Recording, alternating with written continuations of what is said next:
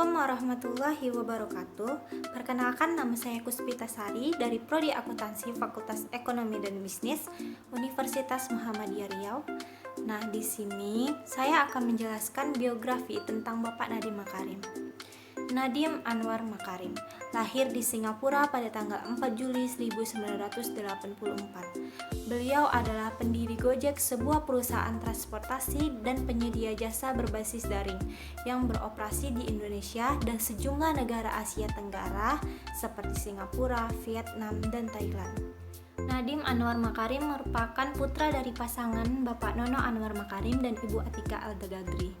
Ayahnya adalah seorang aktivis dan pengacara terkemuka yang berketurunan Minang Arab, sedangkan ibunya merupakan penulis lepas, putri dari Bapak Hamid Al-Gadri, salah seorang perintis kemerdekaan Indonesia.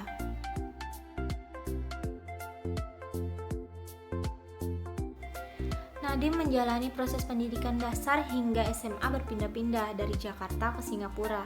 Sehabis menyelesaikan pendidikan SMA-nya di Singapura pada tahun 2002, ia mengambil jurusan Hubungan Internasional di Universitas Brown, Amerika Serikat. Nadiem sempat mengikuti pertukaran pelajar di London School of Economics setelah memperoleh gelar sarjananya pada tahun 2006. 3 tahun kemudian, ia mengambil pasca sarjana dan meraih gelar Master of Business Administration di Harvard Business School.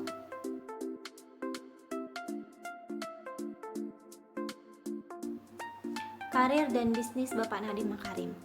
Yang pertama, setelah menyelesaikan sekolahnya di Harvard dengan gelar MBA, Nadiem memutuskan untuk pulang ke tanah air dan bekerja di McKinsey & Co. Nadiem menjadi konsultan McKinsey selama 3 tahun, yaitu pada tahun 2006 sampai tahun 2009.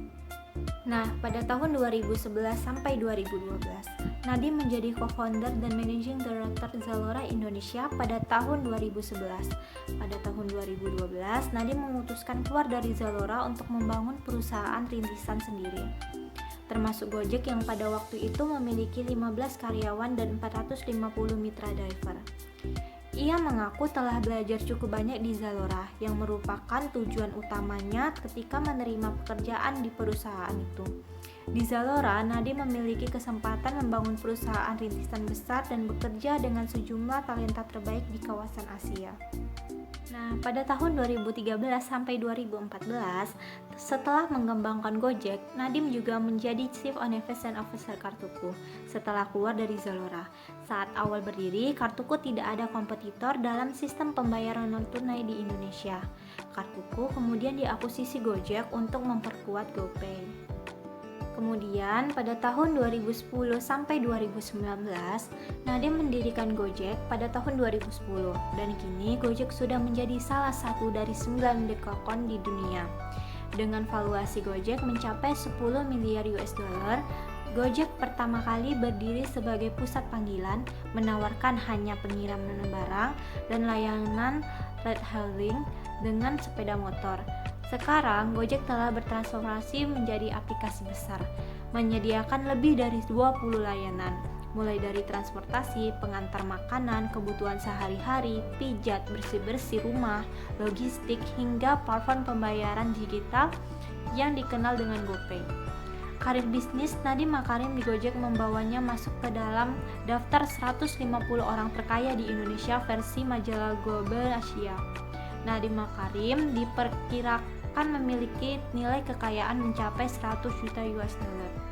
Pada 22 Oktober 2019, Nadiem secara resmi menyatakan bahwa dirinya mengundurkan diri sebagai Direktur Utama Gojek setelah pagi harinya dipanggil oleh Presiden Joko Widodo ke Istana Negara.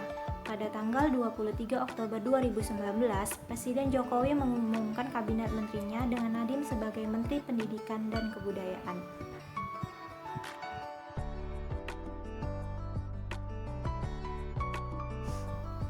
Nah, adapun beberapa penghargaan Nadiem Makarim. Yang pertama, pada tahun 2016, Nadiem menerima penghargaan The Straits Times Asian of the Year dan merupakan orang Indonesia pertama yang menerima penghargaan tersebut sejak pertama kali didirikan pada tahun 2012.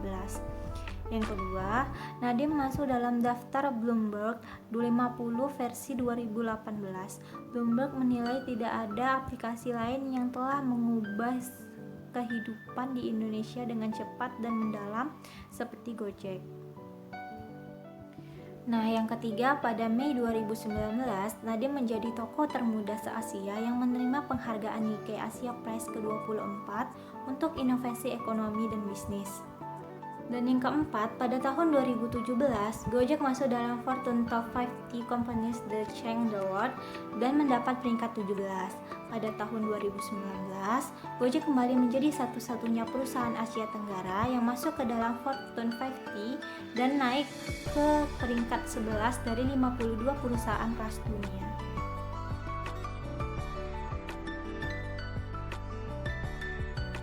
Nah, dalam organisasi internasional, bersama dengan Melinda Gates dan Menteri Keuangan Republik Indonesia Sri Mulyani, Nadiem menjabat sebagai salah satu komisaris Pathways for Property for Technology dan Inclusive Development yang fokus membantu negara-negara berkembang untuk beradaptasi dengan berbagai inovasi baru dunia digital yang mengubah budaya bekerja.